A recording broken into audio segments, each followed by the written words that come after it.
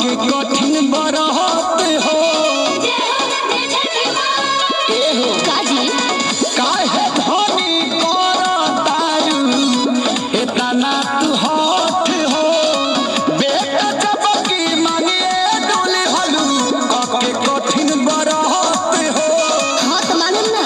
सुन सुन हमार ब्यूटी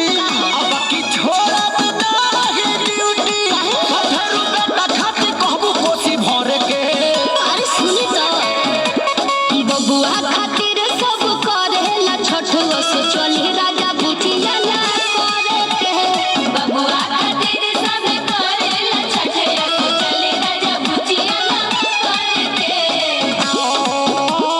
जय हो सूर्यदेव जय हो आदित्यमल बाय आर्या शर्मा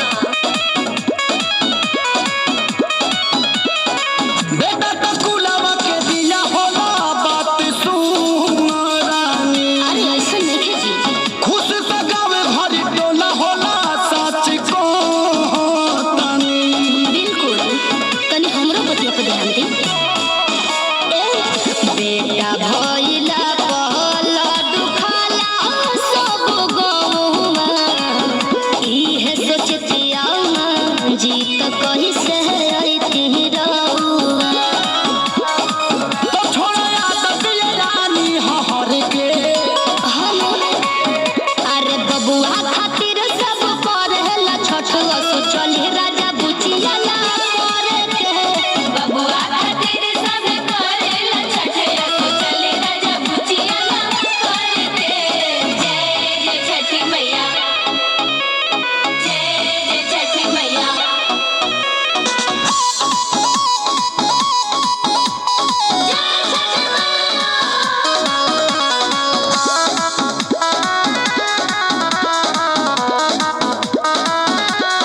बावे में हेज के बीमारी भारी बड़ा डर लागता